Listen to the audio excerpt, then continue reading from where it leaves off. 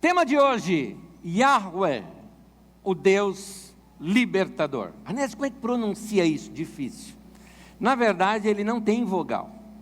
É um conjunto de consoantes. Vou explicar isso já já para vocês. Na mensagem de hoje, nós vamos ter dois momentos dessa mensagem. No primeiro momento, um estudo, onde vamos abrir não somente o texto bíblico, como o contexto bíblico, para que nós entendamos melhor os textos que nós estamos lendo. E num segundo momento, uma pregação, onde nós pegamos essas verdades e enfatizamos essas verdades para trazer fé no nosso coração. Então, fica com o coração aberto aqui com a gente para receber da palavra de Deus. O nome Yahweh, aqui você vê nas letras hebraicas que se lê daqui para lá, são apenas, é o tetragrama que nós chamamos, ou 4 letras, foi assim que Deus se revelou. Soa na língua hebraica mais ou menos como a expressão eu sou. Como no hebraico antigo não haviam vogais, a vocalização foi feita depois, colocando então letras que podem nos dar o sentido de Yahweh, como eu estou falando ali, ou vamos aportuguesá-lo, Javé, ou como vocês conhecem, Jeová. Jeová é por causa do inglês, que usa Jehovah, então trouxeram para o português, ficou Jeová. Na nossa Bíblia Sagrada, para evitar confusão na pronúncia do nome, coloca-se Senhor, na sua maioria, com todos em letras maiúsculas, para dar uma ideia de que está falando de algo em específico. O eu sou, o Jehovah ou Jeová, todos esses são os nomes possíveis deste nome de Deus. Quero ler o texto bíblico, Êxodo 6, de 6 a 8, todos os textos que eu vou utilizar estarão aqui nas nossas telas, acompanhem comigo a leitura, por favor. Por isso diga aos filhos de Israel, diga aos israelitas, eu sou, e aí aparece o tetragrama, Yahweh, ou eu sou o Senhor, como está na nossa tradução, eu sou Jeová, eu sou Javé. Eu os livrarei do trabalho imposto pelos egípcios, eu os libertarei da escravidão, e os resgatarei com braço forte, com poderosos atos de juízo. Eu os farei meu povo, e eu serei o Deus de vocês. Então vocês saberão que eu sou Yahweh, o seu Deus, que os livra do trabalho imposto pelos egípcios. Eu os farei entrar na terra que com mão levantada jurei que daria a Abraão, a Isaque e a Jacó. Eu a darei a vocês como propriedade. Eu sou o Senhor, Yahweh. É importante se ler a Bíblia dentro do seu contexto histórico. Quando nós não lemos dentro do contexto histórico, nós acabamos tendo um entendimento dentro do nosso contexto histórico. Alguma coisa que tem a ver com a nossa cultura, nós impomos sobre uma cultura que não pensava daquela maneira. Este erro chama-se anacronismo. É quando nós cometemos um erro de tempo. Nós julgamos uma época de acordo com a nossa época. Para não cometermos os anacronismos, nós precisamos entender como que era naquele tempo. Por exemplo, o período do Êxodo, ele se dá, para quem já estudou história antiga, na 19ª dinastia dos faraós. Essa dinastia dos faraós, tem alguns faraós conhecidos, quem já estudou alguma coisa sobre Egito, Seti I, Ramsés II, que é esse daqui, Meneptah, são alguns faraós conhecidos dessa dinastia. E no Egito desta época, aqui fica uma curiosidade interessante, não havia um sistema escravagista no qual a economia se sustentasse pelo trabalho escravo. Quando você estuda história, você chega nessa conclusão, não haviam, entre aspas, não haviam escravos no Egito. Como assim? Mas a Bíblia não diz que os israelitas eram escravos no Egito? Diz. Mas não haviam escravos. Como assim? Então, o termo escravidão, então, citado aqui nas Escrituras, deve ser lido num sentido mais amplo, para descrever uma situação muito difícil de vida. Quando fala que eles eram escravos no Egito, não cometo o anacronismo de imaginar a escravatura como era no Brasil, com senzala, com gente acorrentada, gente que apanhava e só trabalhava. Não é isso. O que havia era um povo que tinha que ter muito trabalho e pouco dinheiro, mal pago, altíssimos impostos, abuso de poder sobre eles. Essa situação era tida como escravidão. Era isso. É importante nós falarmos isso, porque senão você vai ler na Bíblia que Deus libertou escravos do Egito, você vai falar, eu não sou escravo, então esse texto não se refere para mim.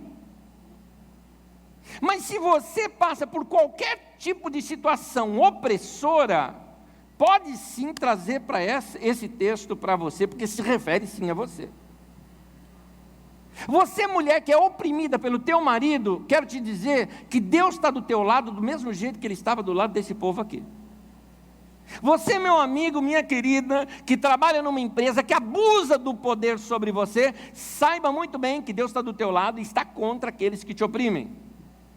Agora, meu irmão, se você é daqueles que na sua casa trata mal aquela moça que ajuda na limpeza da sua casa, que você chama de empregada doméstica, você trata mal, você paga mal, você abusa de poder sobre ela, faz ela fazer trabalhos extras sem remunerar por aquilo. Deixa-me te dizer uma coisa, ô faraó,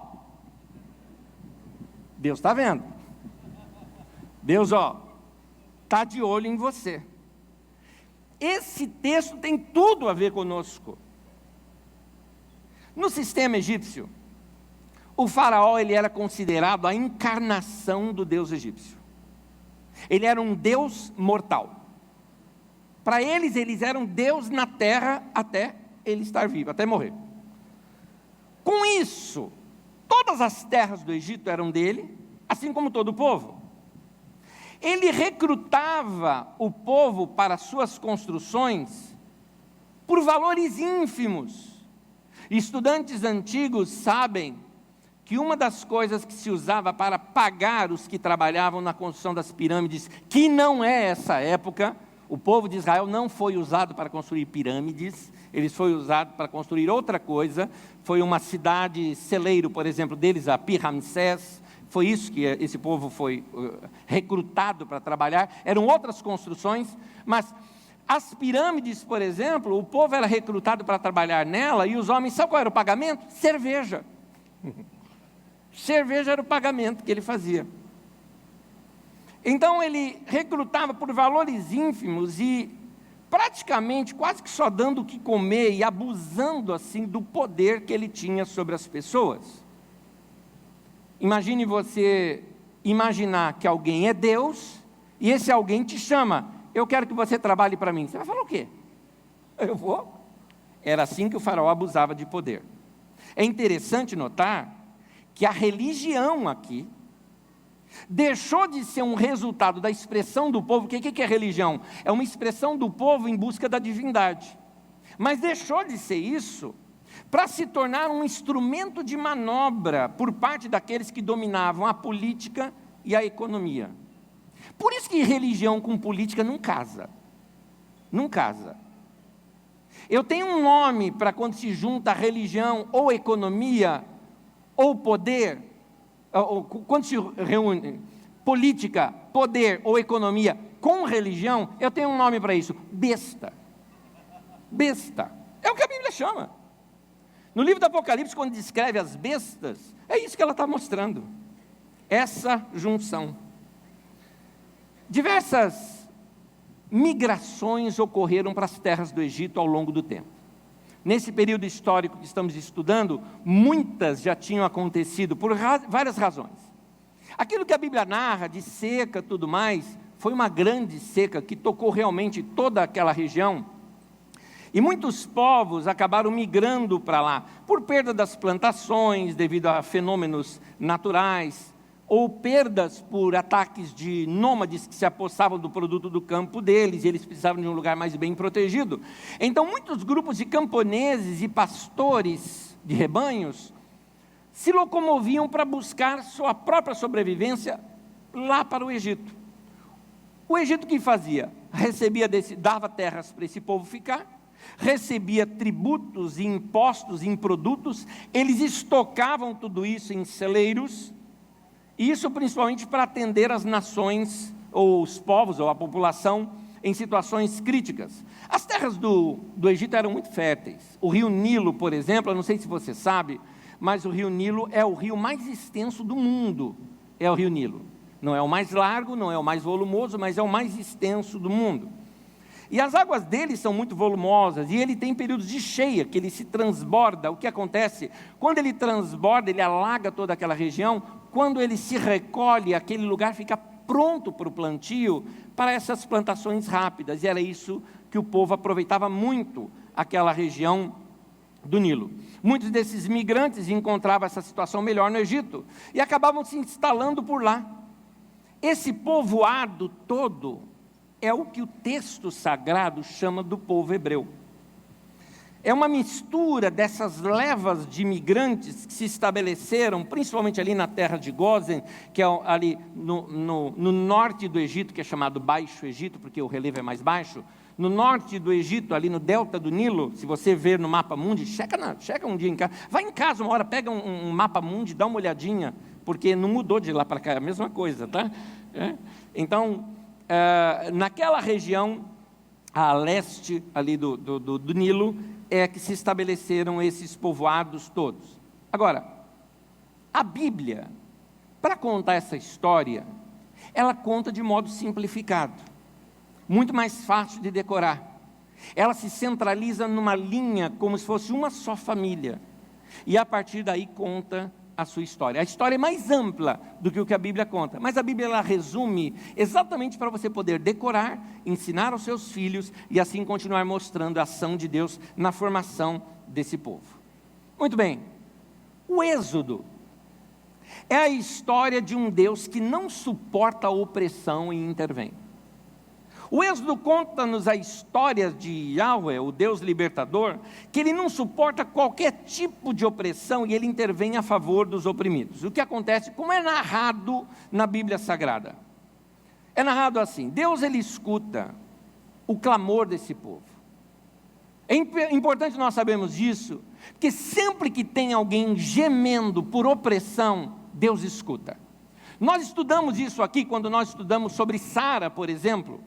Quando nós vimos Sara sendo negociada por Abraão para ficar com o faraó egípcio, o texto bíblico não mostra ela falando nada, nem sequer uma oração sai da sua boca, mas Deus ouviu o silêncio dela e a libertou.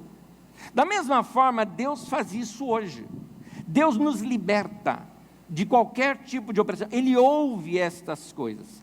Para Deus libertar um povo, esse povo ele não conseguia se articular. A opressão do Egito era muito forte sobre eles. Deus conta-nos a história bíblica que Deus trabalha na vida de um homem, fazendo com que esse homem tenha infiltrações dentro do palácio, que ele se acostume com toda a cultura do Egito. Esse homem é Moisés. Deus trabalha na vida desse homem dentro do palácio e depois trabalha-o fora dali para ele ter um coração de pastor. Finalmente Deus o chama, a Bíblia mostra aquele momento onde Deus fala com ele ali na sarça ardente, e Moisés vem para falar com o faraó. Faraó não aceita, rejeita, dobra o trabalho do povo, mas Deus manda Moisés falar com ele outras vezes, lhe dá poder de realizar sinais. Cada um daqueles sinais narrados nas Escrituras é um combate direto a uma divindade do Egito. Em cada uma delas, o Nilo em sangue, porque o Nilo era um deus. E daí por diante, cada uma das divindades do Egito, elas eram combatidas numa dessas chamadas pragas. A última que acontece é a morte dos primogênitos, exatamente porque no Egito, o primogênito do faraó era um deus nascido. Então, deixou de ser uma luta somente do povo, para ser uma luta entre deuses. Nesse momento se dá uma migração enorme agora, reversa. Um povo grande sai do Egito e vai povoar agora a Palestina. E é esse momento que a Bíblia narra como o Êxodo. Êxodo 12, de 37 e 38, diz assim: os israelitas foram de Ramsés, lá onde eles estavam, até Sucote. Havia cerca de 600 mil homens a pé, além de mulheres e crianças. Agora olha a continuação. Grande multidão de estrangeiros de todo tipo seguiu com eles, além de grandes rebanhos, tanto de bois como de ovelhas e cabras. Quero mostrar para vocês que o povo de Israel não são só aqueles descendentes de Jacó, de sangue. Essa história de Jacó, ela é contada para ligar tudo isso na história deles. Mas o povo de Israel é uma mescla de povos que passavam pela mesma situação, opressão. É interessante notar como a gente se identifica com gente que sofre como a gente. Já percebeu isso? Se você enfrenta uma doença, por exemplo, você encontra alguém que tem a mesma doença que você, você se identifica. Você vê isso nos hospitais, as pessoas se tornam amigos. As pessoas que passam por uma opressão econômica igual, elas também se identificam. E assim também aqui, um povoado todo sendo opresso pelo grande Egito, se identificou, se relacionaram como irmãos. E é assim que eles vão para povoar agora um novo lugar. Esse movimento de migração que foi liderado por Moisés, quem era Moisés? Um profeta de Yahweh, de Jeová, o Deus que tomava partido dos mais fracos. É fantástico isso, porque ele era o Deus dos fracos, que enfrenta o grande Egito, que enfrenta o grande faraó, que enfrenta todos e vence. Esses camponeses, eles não teriam coragem de enfrentar uma migração revolucionária, entenda bem, sem uma religião desse tipo. Foi o momento certo de Deus se revelar para eles como Deus que ajuda aquele que é oprimido. Então toda essa revolução, que ela era inicialmente econômica e até política, ela se tornou religiosa nesse sentido. A luta contra o rei se transformou numa luta entre deuses. De um lado o faraó com direito sobre a vida de todos os egípcios, e de outro lado Yahweh, Javé, que escutava o clamor desses oprimidos. Agora, a fidelidade desse movimento, que era um movimento revolucionário, exigia uma lealdade exclusiva a Javé. Porque qualquer outro Deus que eles adorassem poderia representar um retrocesso à escravidão, enquanto que Javé era o Deus que os libertava. Você vai estudar isso comigo um pouquinho mais adiante, quando nós entrarmos aqui no Antigo Testamento, estudando sobre os profetas. Por que na Bíblia bate tanto contra a idolatria? Meu irmão, idolatria na Bíblia não tem a ver com você fazer um bonequinho qualquer, um ídolozinho qualquer e se prostrar diante dele. Pensa você, Deus Todo-Poderoso, como você o conhece hoje, para que Deus vai ter ciúme de um pedaço de pau moldado? Está entendendo que quando Deus fala de idolatria, não é disso que Ele está falando? Quando Deus fala de idolatria, Deus está falando de outra coisa. Os deuses eram manipulados, os deuses eram fabricados. Deuses como Baal e Astarote e tantos outros deuses, eles eram fabricados porque a doutrina desses deuses favorecia o rei, a cobrança de impostos. O rei era o guardião do templo, então você tinha que levar ofertas para o rei, para que o rei tivesse dinheiro para construir o templo para a deusa. Era isso. Por isso que Deus era contra a idolatria. Porque a idolatria levaria esse povo de novo para a escravidão. Na verdade, Deus era contra opressão, escravidão. Por isso, se a idolatria levava a isso, Deus era radicalmente contra a idolatria. Era isso. Nesse tempo de saída do povo, duas festas são instauradas aqui. Ao longo dessa caminhada, diversas festas vão acontecer. São 7 ao todo. Duas são instauradas nesse momento. Para que as festas? As festas eram memoriais. Eram para o povo nunca se esquecer disso. Isso aqui é uma base para vocês. Se esquecerem disso, vocês desandam no caminho. Você vai notar ao longo da história que os profetas o tempo todo ficavam, porque nós éramos escravos no Egito. Aquela era a base de onde nós viemos. Nós não podemos nos esquecer disso. 2 festas são criadas nesse tempo.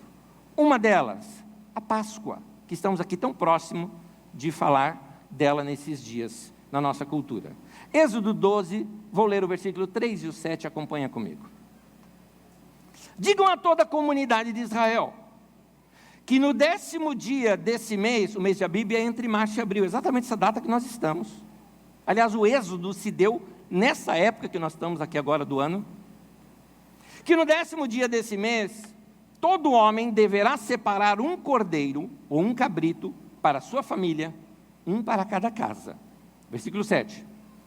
Uma vez morto o cordeiro, pega-se o sangue, passe então um pouco do sangue nas laterais das vigas superiores das portas das casas, nas quais vocês comerão o animal. E isso aconteceu antes da morte dos primogênitos. As casas que estavam marcadas, ali não morreria-se o primogênito. Festa da Páscoa. Eu explico adiante. Uma outra festa foi instaurada também. A festa dos pães sem fermento. Está em Êxodo 12, no versículo 14 e 17.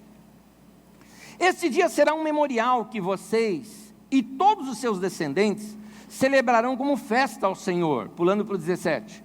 Celebrem a festa dos pães sem fermento, porque foi nesse mesmo dia que eu tirei os exércitos de vocês do Egito. As 2 festas aparecem aqui, a Páscoa e a dos pães sem fermento. O que era a festa da Páscoa? A Páscoa, ela era, entenda bem, já existiam esses 2 rituais antes de serem usados aqui na Bíblia Sagrada para esse povo de Israel. A Páscoa era originalmente um ritual praticado pelos pastores, um ritual que nada tinha a ver com Jeová, era um ritual pagão. Os povos nômades de pastores faziam um ritual de matar um cordeiro e com seu sangue tingiam a entrada da tenda e dos currais. Eles acreditavam que isso preservaria suas famílias e seus rebanhos de doenças, de pestes e mortes, que segundo eles eram causados por espíritos maus. A festa dos pães sem fermento era uma festa que tem origem entre os agricultores. Note, 2 povos aqui, os pastores e os agricultores. E ela era celebrada na ocasião da colheita. A finalidade era para não misturar o produto da colheita anterior com o da nova, porque essa mistura poderia acontecer caso fosse usado o fermento, porque o fermento ele era conservado junto com a massa feita da colheita anterior. Então, o que eles faziam? Comiam um período todo pão sem fermento, até que um novo fermento fosse feito com o produto da massa mais recente. Então, esse era uma festa que era feita inicialmente, um ritual que era feito inicialmente pelos camponeses agricultores. A festa da Páscoa e o pão sem fermento, nesse momento, ganham um novo significado entre os pastores e os agricultores. Eu acho interessante isso, porque saber que Moisés foi inteligente o suficiente, e Deus, muito sábio em orientá-lo, em pegar dentro da cultura do povo já simbologias que poderiam ser usadas para renovar a mente deles. Ganhou um novo significado entre os pastores e os agricultores, que agora iriam sair da opressão do Egito. O sangue era para protegê-los da morte que vinha lá no Egito. O Egito ia ser devastado com morte. Quem tinha o sangue estaria protegido. Os pães sem fermento era para mostrar que um novo momento iria surgir. Uma nova sociedade, um novo povo, um novo sistema político, um novo sistema econômico, um novo sistema social, um novo sistema religioso também. Por isso eles comeriam por um tempo o pão sem fermento para se verem livres do fermento do Egito. Ou seja, não queremos que vocês tragam nada dessa cultura do Egito para esta coisa nova que nós vamos fazer. Sempre que eles celebrassem esse memorial, eles se lembrariam de tudo que eles passaram como escravos, sendo opressos no Egito, foram livres da morte, não poderiam trazer a cultura do Egito junto consigo, e agora eles lutariam para estabelecer uma nova ordem, um novo momento, numa terra prometida. O que é interessante para nós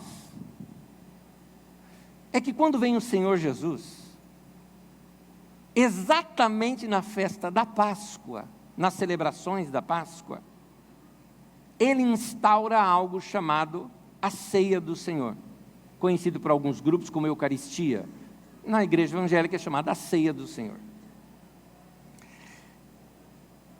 E ela se torna uma festa para nós, e ganha novos significados.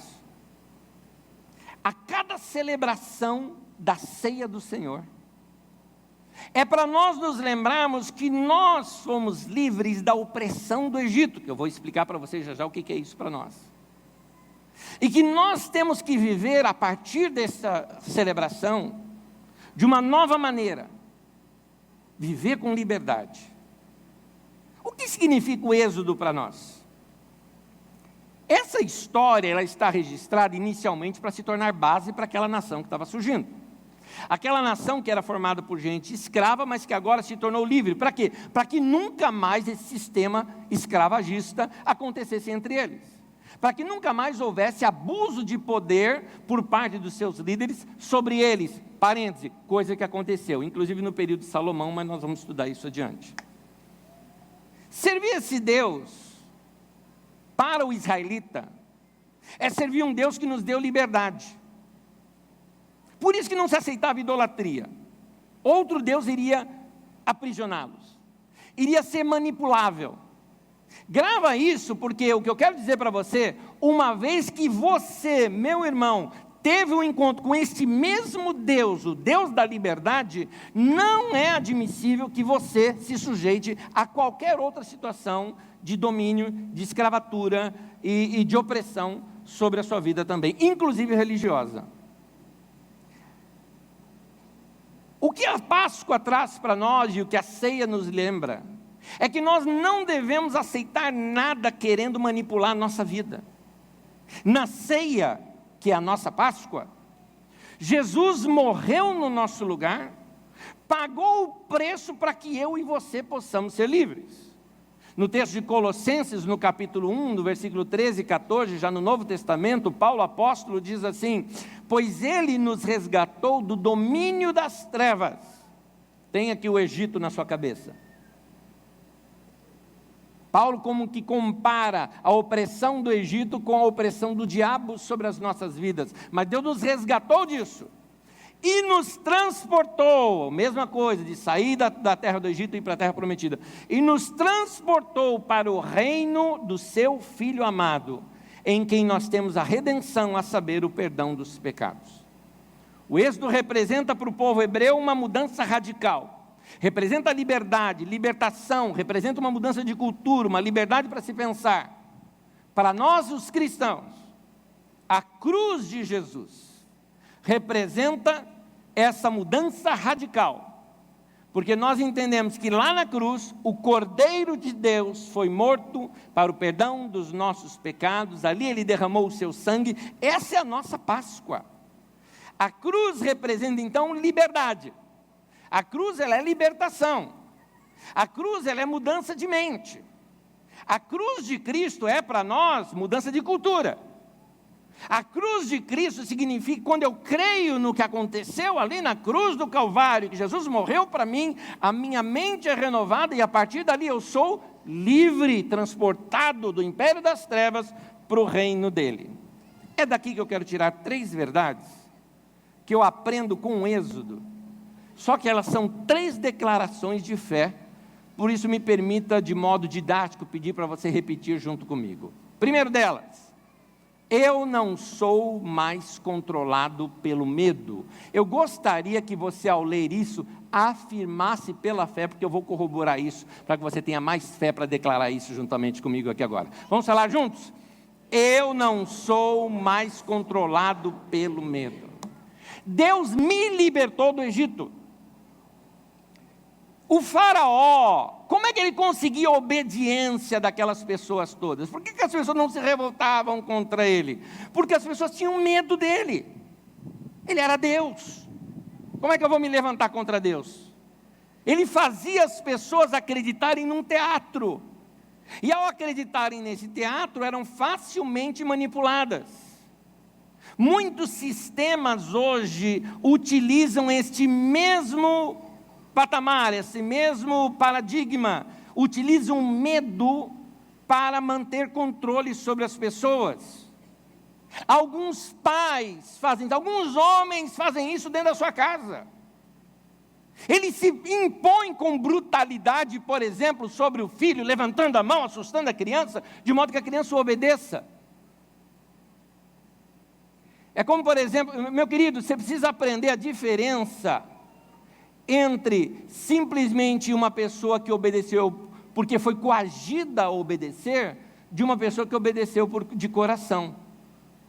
É como um pai que chega para o menino e fala: senta, menino. Menino, não sento. Senta, menino, não sento. Vou te sentar a mão se você não sentar. Ele sentou e falou: eu sentei por fora, mas por dentro eu estou em pé.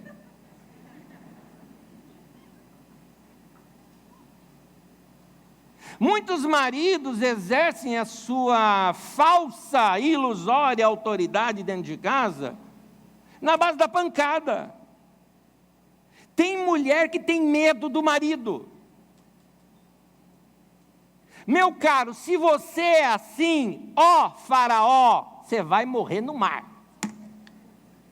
Deus vai afundar essa sua carruagem. Tem gente que abusa de você no trabalho.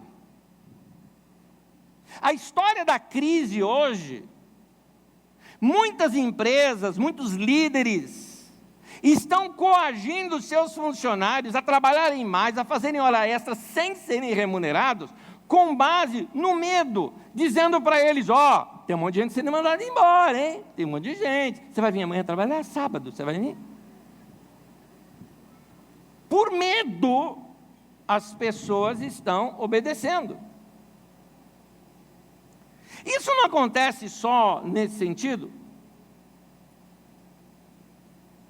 Acontecia no passado dentro de escola. Está aí Pink Floyd com Another Brick in the Wall, te lembrando disso. Hey teacher, leave the kids alone. E está aí, por exemplo, que você já viu, nos serviços públicos, algumas vezes, como do Exército, por exemplo, aqui no Brasil, no passado. Conversei com gente do Exército há pouco tempo atrás, e falou: não, isso tudo já passou, hoje não é mais assim. Não sei, estou seguindo a palavra dele, creio que é uma pessoa de verdade, dizendo que ali não é mais dessa maneira, mas no passado era um absurdo o que se fazia.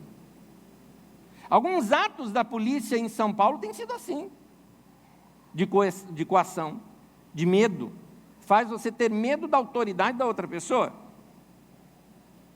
Existem também religiões que fazem isso, e não vamos longe, vamos falar de dentro. Existem igrejas que usam a ferramenta do medo para controlar a pessoa. Deixa eu dar uma palavrinha para você, meu irmão, que está frequentando aqui a Carisma há algum tempo, está gostando, está ficando, você acha que é legal, gostou. Eu preciso te falar com você que foi criado num desses grupos que era cheio de regrinha e hoje frequenta aqui a Carisma. Muitos de vocês foram criados debaixo de um medo, foram instruídos a ter medo de Deus. Muitos líderes no passado exerceram esse medo para controlar as pessoas.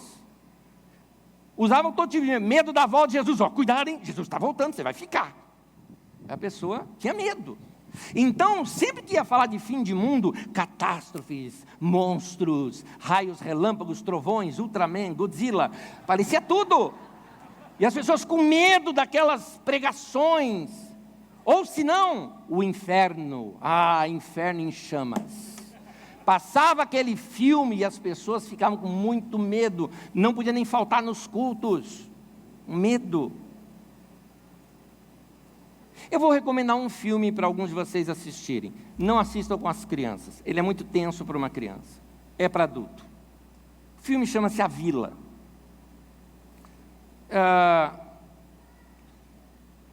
Um grupo de pessoas querendo uma vida melhor, eles fundam uma vila num local remoto da Pensilvânia, porque eles querem ver os seus filhos longe da violência das cidades. Aquela vila é cercada por uma floresta e muros altíssimos, de modo que aquele povo fica atrasado no tempo. Eles não têm contato com a sociedade. para que fizesse com que seus filhos não tivessem contato com a sociedade, o que eles fazem? Criam lendas, criaturas monstruosas ali ao redor, para que aquelas pessoas nunca saiam dali. Os líderes daquela comunidade, eles sabiam de algum desses segredos. E aí vem a trama do filme. Não contei todo, você assiste o restante. Mas, você que participou de igrejas opressoras, esse filme descreve isso. Igrejas que criam demônios que não existem. Inventam demônios que nunca foram citados na Bíblia. Dão poder ao diabo que ele não tem. Eu já vi gente me falando, Anésio, quando eu vou orar, eu oro só no meu pensamento. Por quê? Para o diabo não ouvir. Se eu vou falar com Deus, o diabo ouve, quer dizer, o diabo é mais forte que Deus. Como é que é essa história, hein? Sem contar aqueles que te pressionam na base de maldições, que são, na verdade, mandingas, bruxarias da invencionice humana, e mantêm o povo escravo de algo que é ilusório, que não existe. Não faz isso que Deus castiga. Escuta aqui, ó, rapaz, Deus não é um pai ignorante não, indivíduo. Deus não é assim não. Você tem que obedecer seus pastores, hein? Aliás, hoje até usa termo mais forte, né? Seus apóstolos, que é para dar mais força, né? Seus arcanjos, né? Se não obedecer, você vai ficar debaixo de maldição. Isso é macumba, indivíduo. Não é reino de Deus, não. Tem outro nome. Isso é bruxaria, Idade Média. É isso aí. A Bíblia diz: mal nenhum te alcançará, praga alguma chegará à tua tenda. Ponto. Praga não pega. Você está em Jesus, meu irmão. Maior é o que está em você do que aquele que está no mundo. Para de ter medo dessas coisas. Se você não der o seu dízimo, vai se dar mal. Vai gastar tudo na farmácia.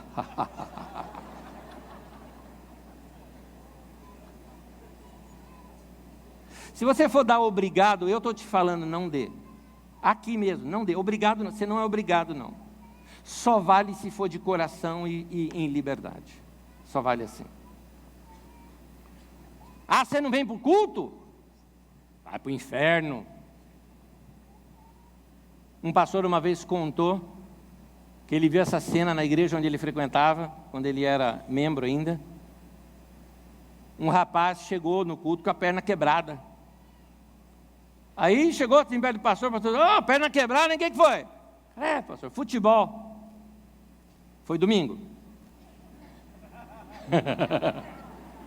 Era domingo. Tem um monte de gente que fala: você não vem para o culto, você vai para o inferno. Gente, eu já fui para culto que eu me senti no inferno.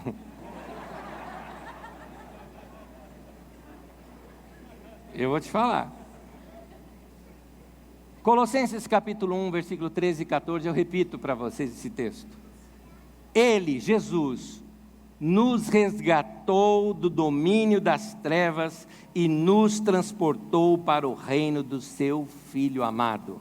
Essas duas frases, fala comigo de novo, mas fala como celebrando isso comigo. Vamos lá. Porque Ele nos resgatou do domínio das trevas e nos transportou para o reino do seu Filho amado. Ao nosso Deus que fez isso para nós. Pela liberdade que Ele nos deu. Maravilhoso. Estamos livres. Estamos livres. Estamos perdoados. Estamos no reino de Deus. Não estamos mais debaixo do domínio das trevas. O que a Bíblia diz: né, você não acredita em diabo, demônio? Não acredito, a Bíblia fala. E cadê eles? Olha debaixo dos meus pés, é o que a Bíblia diz. Eles estão debaixo dos nossos pés. É isso. É isso. Eu não vou mais ser controlado pelo medo, porque Deus, Yahweh, se revelou, o Deus libertador está comigo, vai me dirigir, e Ele me dirige, Ele me guia pelo amor e não pelo medo, não pela coerção. Eu não sou mais controlado pelo medo. Deus me libertou do Egito, não tenho mais que ter esse medo. Segundo, e aí eu quero que você repita comigo, eu não sou mais manipulado. Vamos falar juntos? Eu não sou mais manipulado. Eu não sou mais propriedade do faraó. As pessoas no Egito, elas eram manipuladas por uma mente brilhantemente forte, que arquitetava o controle da vida das pessoas. Os manipuladores são muito inteligentes. Eles sabem manipular as pessoas. Cuidado para você não ser manipulado. Cuidado com lugares ou pessoas que falam muito sobre submissão, sobre autoridade. Obedecer, obedecer, obedecer, obedecer. Pergunta para eles, vocês obedecem quem? Sabe, complexo de pescoço? Acima de mim só o cabeça, que é Cristo, né? O resto não. A cruz de Cristo me libertou porque Deus me deu o Espírito Santo. O Espírito Santo é o próprio Espírito de Deus, é o próprio Espírito que estava em Jesus. Paulo chama de o Espírito de Cristo Jesus. Ele habita dentro de mim. E a Bíblia fala, onde há o Espírito de Deus tem liberdade.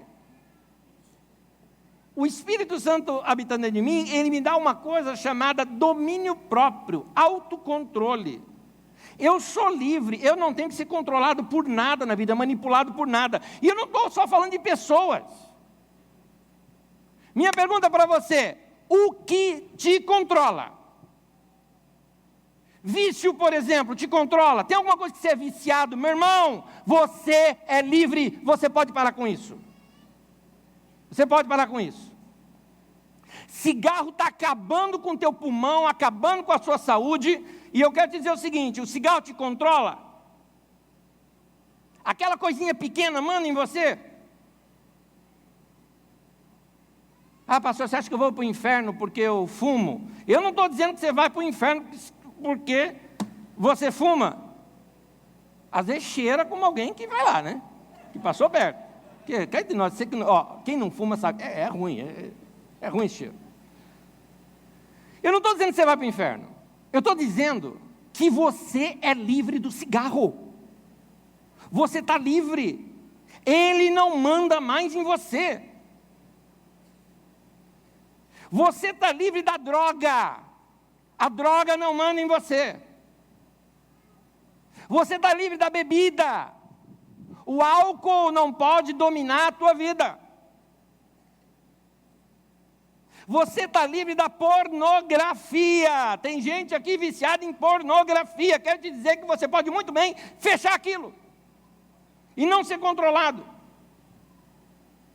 Eu estou dizendo que você pode parar com tudo isso hoje porque você tem esse poder dentro de você. Você é livre.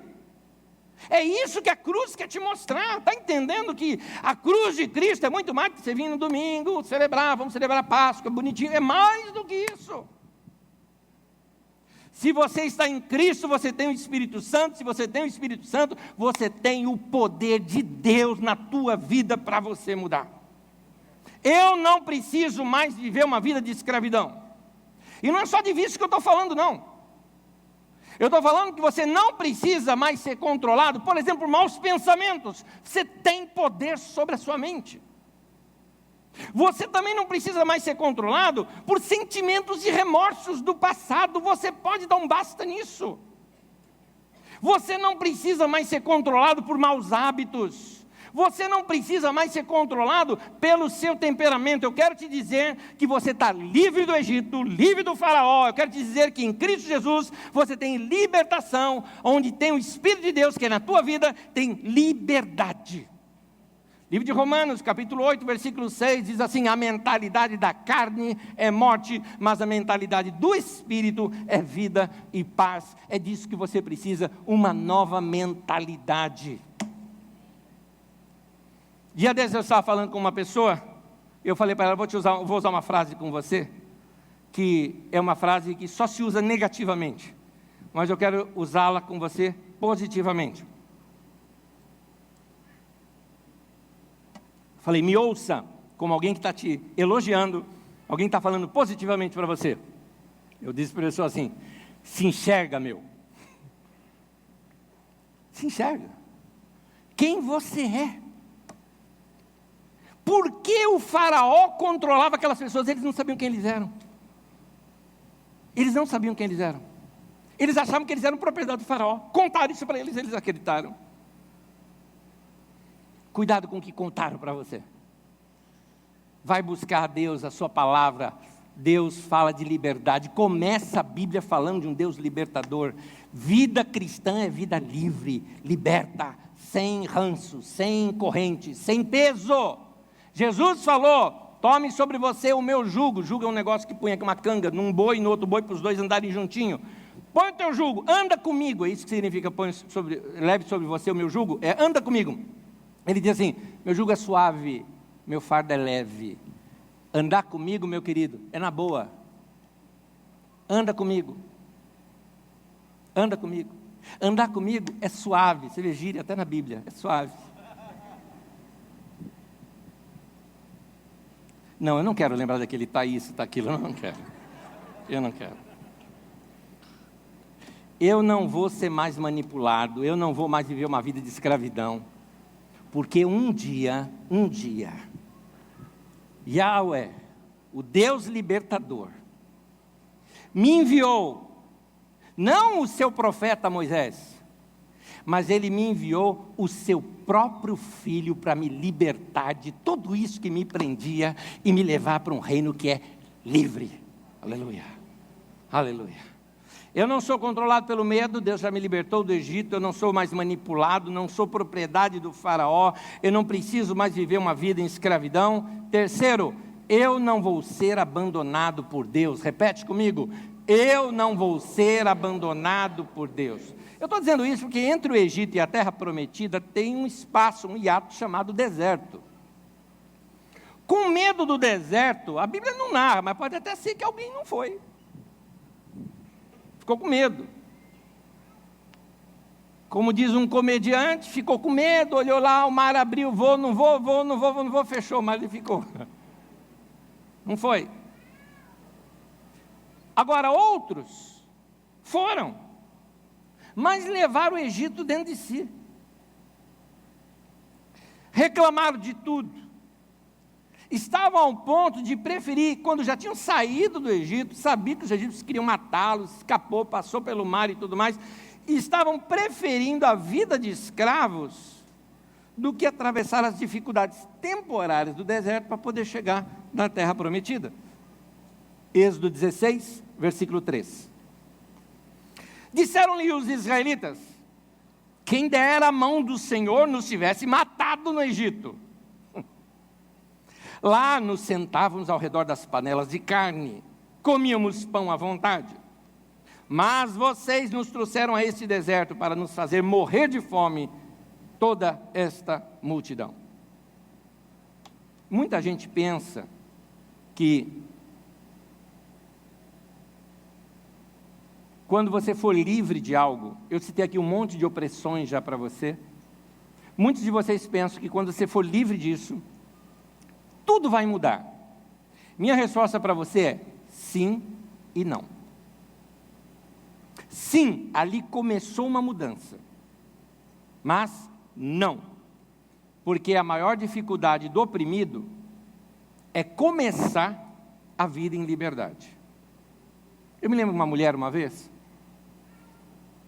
ela apanhava do marido não, um indivíduo que ela se juntou lá, o cara era drogado, batia nela, mas batia muito, aprontava com ela, colocou ela e os filhos em situação de risco algumas vezes por dever dinheiro para pessoas de drogas que chegaram lá, invadiram a casa dela, bateram nela também.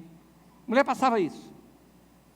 Finalmente, numa das aprontadas desse cara, a polícia pegou, levou preso, era a chance para ela se ver livre do cara, mudar de cidade, mudar de tudo, tá bom, era a chance dela de mudança geral. Eu a encontrei tempos depois e eu a vi cabisbaixa. Eu perguntei o que era. Sabe o que ela me respondeu? Estou com saudade dele. Saudade do Egito.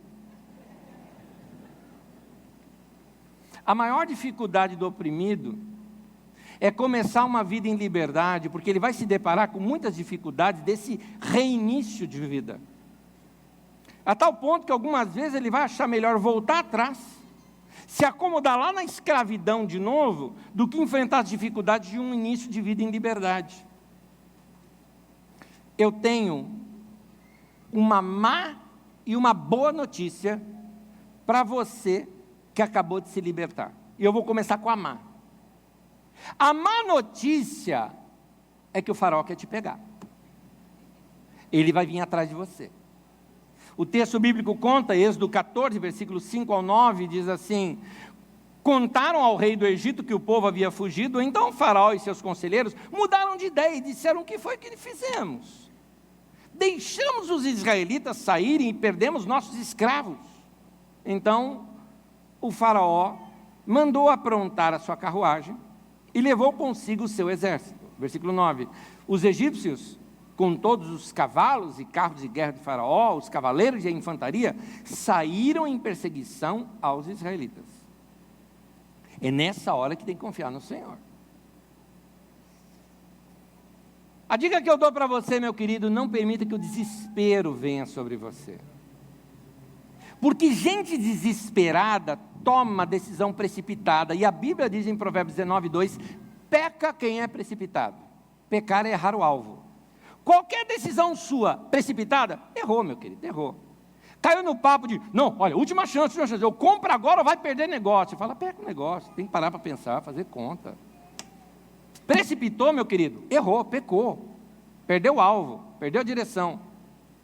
No desespero, se fala até besteira. Êxodo 14, versículo 11 e 12, disseram a Moisés: foi por falta de túmulo no Egito que você nos trouxe para morrermos aqui no deserto? Ainda era cínico o indivíduo, os indivíduos aqui. O que você fez conosco, tirando-nos de lá? O que fez? Vocês eram escravos, indivíduo. Vocês vão ter sua terra agora, vai ter sua propriedade, vai construir uma nova cultura, liberdade. Versículo 12, já lhe tínhamos dito no Egito: deixe-nos em paz, seremos escravos dos egípcios. Antes de ser escravo dos egípcios do que morrer no deserto. Que absurdo! Antes de ser escravo no Egito do que morrer no deserto. Não sabe o que está falando esse indivíduo. Não sabe o que está falando. Tem gente que pensa assim. Quer voltar para o Egito. Quer voltar para a experiência anterior. Mas eu tenho uma boa notícia para você também.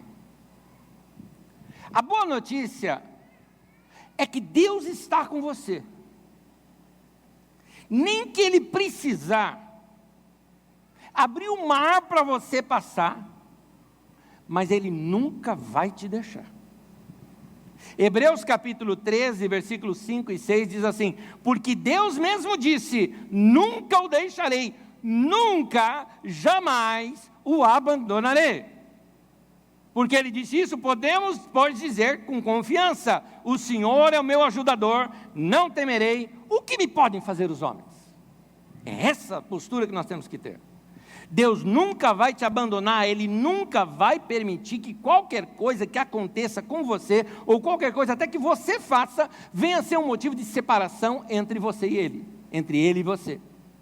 Nada nos separará do amor de Cristo, nada. Se você estivesse num lugar perigoso, cheio de precipício, mas estivesse com seu filhinho pequeno, talvez de 5, 6 aninhos de idade, na sua mão, de mão dada com você, e o lugar é perigoso, você largaria a mão do seu filho? Fala, filho, eu vou na frente, você vem atrás, ou vai indo na frente de você. Você nunca faria isso. Por quê? Porque você ama, porque ele é seu filho. Então você entendeu? Deus faz assim conosco. Deus nos ama, somos filhos dele.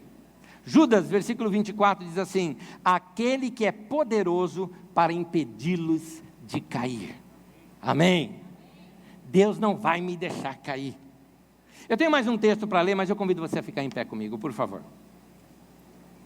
O texto é em João 10, versículo 27 ao 30.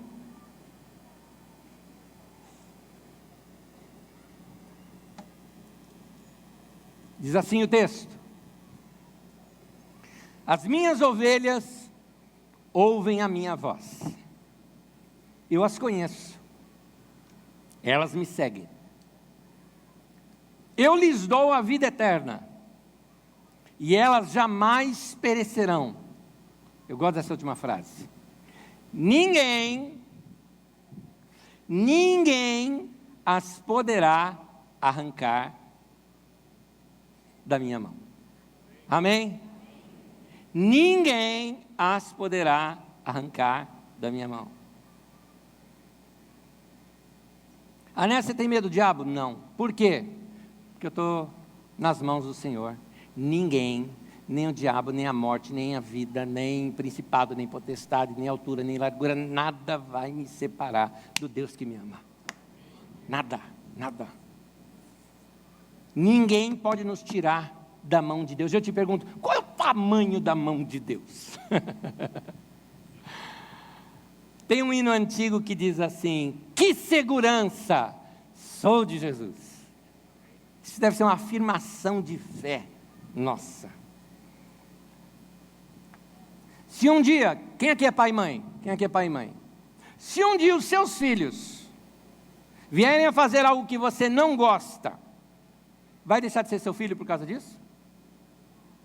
Não, filho é filho, acabou.